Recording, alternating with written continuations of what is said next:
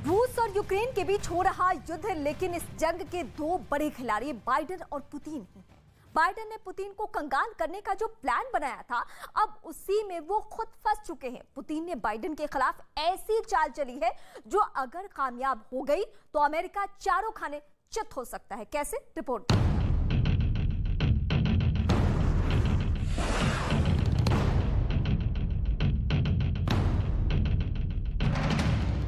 Putin की planning से Biden की टेंशन हाई।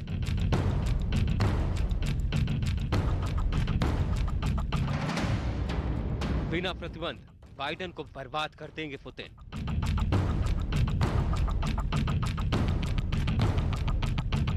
यूक्रेन के खिलाफ जंग छेड़ने वाले पुतिन को सबक सिखाने के लिए बाइडेन हर हद पार कर जाना चाहते हैं। शुरुआत उन्होंने आर्थिक प्रतिबंधों से की। रूसी बैंकों से लेकर रूस के कारोबारियों पर बैन चढ़ दिए और अब तो उन्होंने पुतिन की दोनों बेटियां मारिया और कतेरिना पर भी प्रतिबंध लगा दिया। बाइडेन की मंशा साफ है, वो पुतिन और रूस को कंगाल कर देना चाहते हैं, लेकिन पुतिन को पार पाना बाइडेन के लिए आसान नहीं होगा। पुतिन ने अब बाइडेन के खिलाफ ऐसी प्लानिंग की है जिसकी खबर लगते ही अमेरिका में सन्नाटा छा गया है।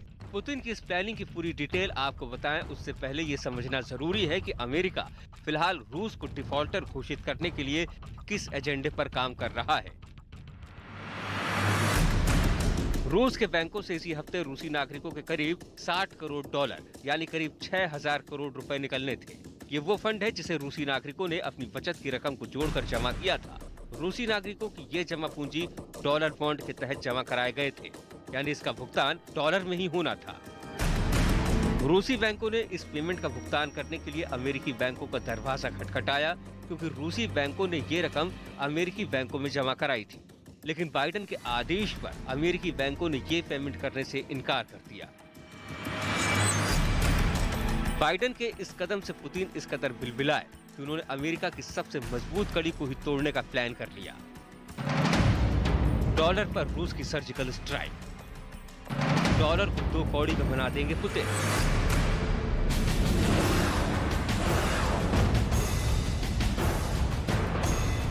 यूक्रेन के खिलाफ जंग लड़ रहे पुतिन के सामने इस वक्त सबसे बड़ा संकट डॉलर का है, क्योंकि अमेरिकी प्रतिबंधों के चलते रूस का विदेशी मुद्रा भंडार तेजी से खत्म हो रहा है। विदेशी मुद्रा भंडार यानी डॉलर, जिसका रूस में आना करीब करीब बंद हो चुका है। ऐसे में पुतिन ने डॉलर के अस्तित्व पर ही बड़ी चोट करने का प्लान तैयार किया है।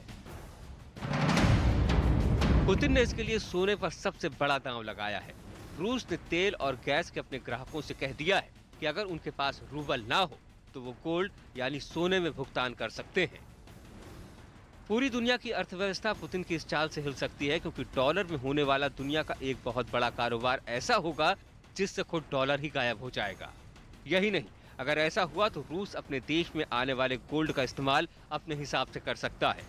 चाहे तो गोल्ड के बदले रूबल भी छाप सकता है, जैसा दुनिया में सालों से होता आ रहा है। यूक्रेन में पिछले 52 दिनों से जारी जंग में भारी नुकसान के बाद रूस ने अब यूक्रेन पर बड़े हमले की तैयारी तेज कर दी है। यूक्रेन की सेना रूस को जबरदस्त नुकसान पहुंचाने का दावा कर रही है, लेकिन पुतिन का दिमाग यूक्रेन को बर्बाद करने पर तुला है और यही वजह है कि रूस ने यूक्रेन के कई शहरों से अपने कदम पीछे खींच लिए हैं।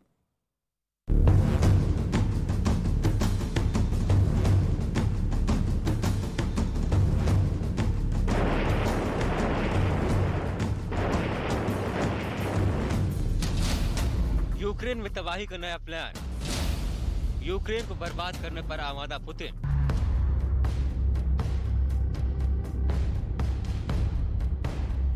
यूक्रेन में रूस के हमलों में जबरदस्त तबाही के बीच पुतिन ने अब अपनी रणनीति को बदल दिया है। अब तक संभल कर चल रही पुतिन की सेना अब यूक्रेन में बड़े विध्वंसक के प्लान को अंजाम तक पहुंचाने की कोशिश में है, और यही वजह है कि पिछले कुछ दिनों से शांत पुतिन का दिमाग अब यूक्रेन को बिल्कुल बर्बाद करने में जुट गया है। पुतिन की इस नई चाल के गवाह कुछ तस्वीरें भी यूक्रेन से सामने आई।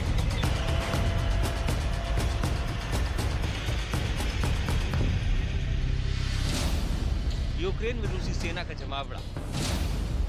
अत्याधुनिक हथियारों के साथ रूसी सेना। यूक्रेन में रूस लगातार अपनी सेना भेजने में जुटा है। यूक्रेन से सामने आई कुछ तस्वीरों ने यूक्रेन के साथ साथ पूरी दुनिया की मुश्किलें बढ़ा दी, क्योंकि पुतिन की ये सेना इस बार किसी बड़े प्लान को अंजाम तक पहुंचाने की कोशिश में है। पुतिन की सेना अत्याधुनिक हथियारों के साथ यूक्रेन की सीमा में दाखिल हो गई। सेना के कई टैंक और बख्तरबंद गाड़ियां इस काफिले में शामिल दिखी। यूक्रेन में रूस की सेना कितनी बेखौफ होकर घूम रही है, इसका अंदाजा इसी बात से लगाया जा सकता है कि इस काफिले में मौजूद कई गाड़ियों पर झंडा भी लगा हुआ नजर आया।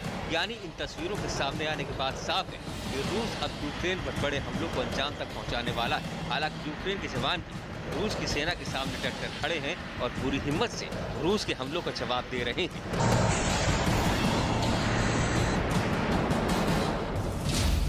रूस को यूक्रेन की सेना का जवाब, रूस का हेलीकॉप्टर गिराने का दावा। रूस की नई प्लानिंग के बीच यूक्रेन की सेना ने रूस के लड़ाकू हेलीकॉप्टर Mi-28N को मार गिराने का दावा किया। रूसी हेलीकॉप्टर को तबाह करने का एक वीडियो भी यूक्रेन की सेना की तरफ से जारी किया गया, जिसमें पहले एक हेलीकॉप्टर तेजी से उड़कर एक तरफ जाता दिखाई दिया। इसके कुछ मिनटों बाद उस हेलीकॉप्टर ने एक दिशा में निशाना लगाकर हमला किया और फिर वापस मुड़कर जाने लगा। तभी उसके पीछे एक और हेलीकॉप्टर उड़ता हुआ दिखाई दिया, जिस पर यूक्रेन की सेना ने हमला किया। हमले के बाद धमाकों के साथ हेलीकॉप्टर में आग लग गई और वो जमीन पर गिर गया। यूक्रेन ने दावा किया है कि जिस हेलीकॉप्टर को उसकी सेना ने मार गिराया वो रूस का Mi-28N लड़ाकू हेलीकॉप्टर था। युद्ध मैदान में डटी यूक्रेन की सेना, रूस के मंसूबों पर पानी फेरने की कोशिश। ऐसी एक और तस्वीर यूक्रेन की सेना ने जारी की। इन तस्वीरों में रूस का एक टैंक पेड़ों के बीच खड़ा दिखा। ऐसा लगा मानो रूस का ये टैंक यूक्रेन की सेना की नजरों से बचने के लिए घने पेड़ों के बीच में खड़ा था, लेकिन यूक्रेन की सेना ने पेड़ों के बीच में ही टैंक को निशाना बनाने की ठान ली और एक ही मिसाइल के हमले से इस टैंक को उड़ा दिया। बताया गया कि रूस का ये टैंक घातक BMP-2 टैंक था, जिसे यूक्रेन की सेना ने बर्बाद कर दिया।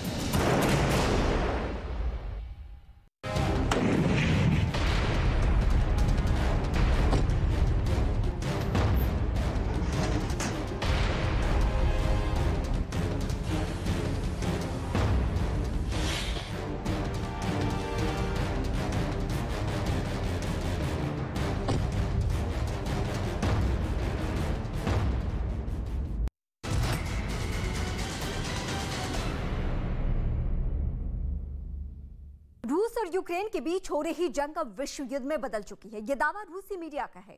रूस के सरकारी चैनल की माने तो समंदर में उसके सबसे धाकड़ युद्धपोत मॉस्कवा की तबाही के बाद विश्व युद्ध की शुरुआत हो चुकी है। रूस की मीडिया का दावा यह भी है कि यह जंग अब रूस यूक्रेन के बीच नहीं, बल्कि रूस और नाटो के बीच हो रही है।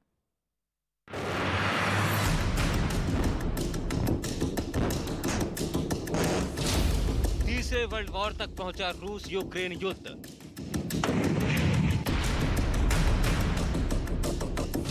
रूस यूक्रेन युद्ध में महातबाही होने वाली है। तीसरा विश्व युद्ध शुरू हो चुका है।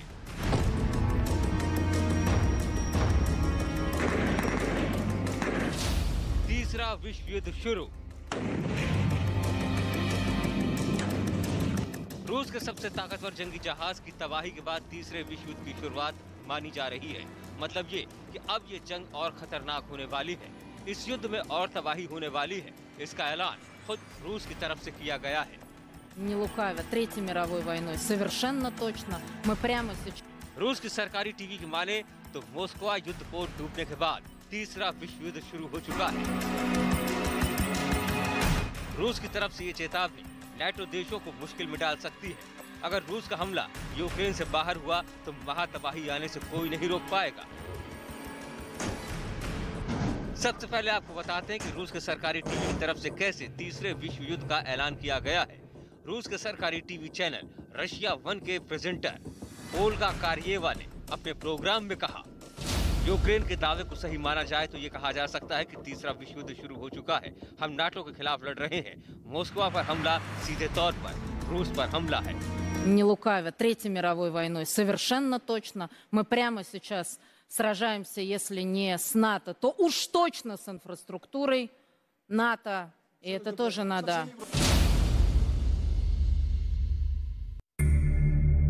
यूक्रेन के दावे के मुताबिक उसके मिसाइल अटैक के बाद मॉस्को वॉरशिप तबाह हो गया। मॉस्को पर कुछ परमाणु हथियार भी तैनात थे जो डूब गए हैं। घातक वॉरशिप मॉस्को पर 512 क्रू मेंबर में से 452 क्रू मेंबर डूब चुके हैं। युद्धपोत का टॉप एडमिरल भी गिरफ्तार किया गया है।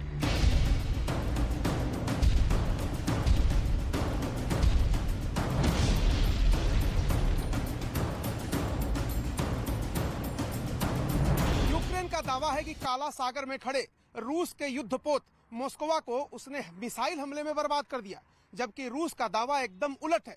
रूस कह रहा है कि ये युद्धपोत किसी मिसाइल हमले में बर्बाद नहीं हुआ, बल्कि इसमें आग लग गई थी, जिसे नौसैनिकों ने बुझाने की पूरी कोशिश की, लेकिन कामयाब नहीं हुए। उसके बाद इस युद्धपोत को खींच करके उसके बंदरगाह पर लाया जा रहा था, लेकिन वो रास्ते में डूब गया।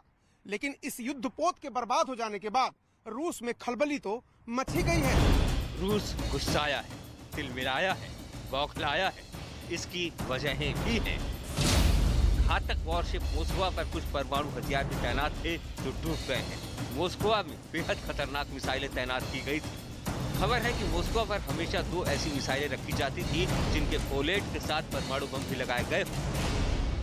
काला सागर में तैनात रूस के इस बड़े युद्धपोत का तबाह हो जाना रूस के लिए बड़ा झटका है, और कहा यह भी जा रहा है कि पुतिन का जो परमाणु प्लान था उसके लिए भी ये धक्का है, क्योंकि पश्चिमी मीडिया लगातार इस तरह की खबरें दे रहा था, लगातार ये लिख रहा था कि ये युद्धपोत जो है वो परमाणु हथियारों से लैस है, और उसका तबाह हो जाना पुतिन के परमाणु प्लान के लिए भी एक बड़ा झटका है।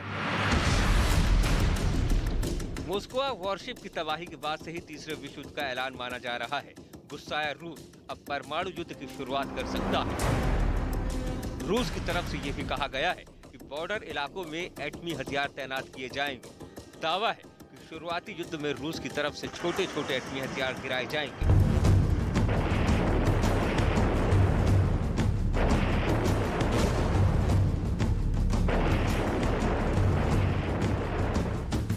सरकारी टीवी चैनल के मुताबिक तीसरे विश्व युद्ध की शुरुआत हो चुकी है। रूस आरोप लगा रहा है कि नाटो के देश रूस का नामो निशान मिटाने की कोशिश कर रहे हैं। वहीं पुतिन ने भी तीसरे विश्व युद्ध की धमकी दे दी है। नाटो देशों को धमकी देते हुए पुतिन की तरफ से कहा गया है कि अगर नाटो देश यूक्रेन की मदद जारी रखेंगे तो किसी भी समय तीसरा विश्व युद्ध शुरू हो सकता है। पुतिन ने कहा कि यूक्रेन से आने वाले नाटो वाहनों पर रूस हमला कर देगा। यूक्रेन की मदद करेगा तो रूस के हमले को झेलना पड़ेगा। इस बीच ब्लैक सी में वॉरशिप टूटने के बाद रूस ने अमेरिका को चेतावनी भी दी है। रूस ने कहा कि अमेरिका यूक्रेन को हथियार देना बंद करे। ऐसा न करने पर अमेरिका को ऐसे अंजाम भुगतने पड़ेंगे जिसका वो अंदाजा भी नहीं लगा सकता। तो अमेरिका की तरफ से भी पलटवार किया गया है। अमेरिका को यूक्रेन का समर्थन जारी रखने से कोई नहीं रोक सकता। इससे पहले यूक्रेनी राष्ट्रपति जेलेंस्की ने भी दुनिया भर से अपील की है कि उन्हें रूस से लड़ने के लिए जल्द से जल्द हथियार दिए जाएं। जेलेंस्की ने यह भी कहा कि अगर यूक्रेन सुरक्षित है तभी यूरोप सुरक्षित रहेगा। मतलब साफ है कि ये रूस का अगला कदम तीसरे विश्व युद्ध की शुरुआत है।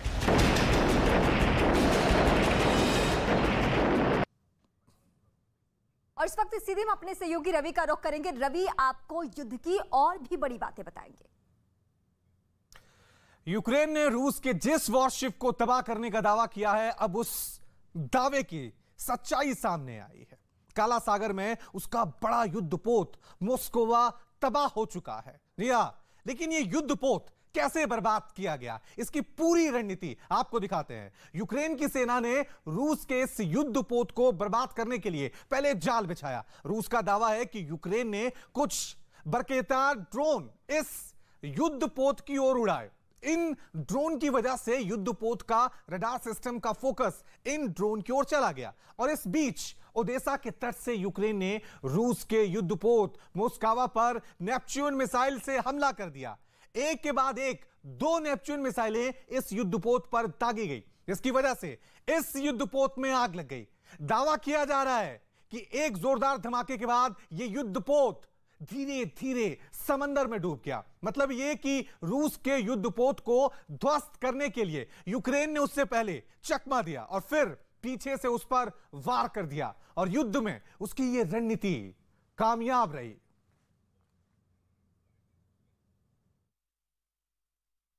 काला सागर का बादशाह कहे जाने वाले मॉस्को के ध्वस्त होने के पुतिन सदमे में हैं।